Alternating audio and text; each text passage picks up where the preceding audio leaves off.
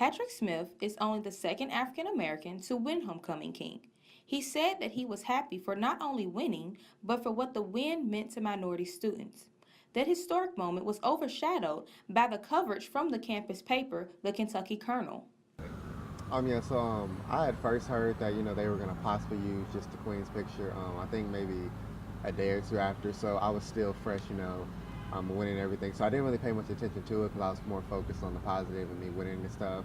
But then I think after time passed and after I kind of thought about it, I did actually realize how kind of messed up it actually was. And then when the story came out in the headline, it just seemed like it was a lot that could have been done better. The headline that Smith is referring to is when the Colonel labeled him as the unlikely candidate.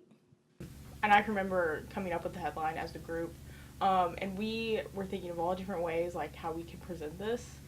And it's kind of a hard way to phrase it, in such a small space on a paper. Instead of celebrating the homecoming winners, a debate sprung off on social media. The talk of racial divide on campus was a key point. Some students felt as though the headline itself was racist. I think it does create a divide because you were already fighting so much within the university and the mistreatment of the minority population. So when something like this comes out, me becoming homecoming king, one of the biggest things a student can do, and to see that we still suffer from this stuff, it's not a good outlook, and it doesn't obviously improve the relationship between minorities and universities. Even though the backlash from this article was not the intention of the Colonel, the result was still the same. Sometimes the article has more meaning than some would think. Even though this one article is something about homecoming, it's something about something bigger than that. It's about the racial divide, like you mentioned.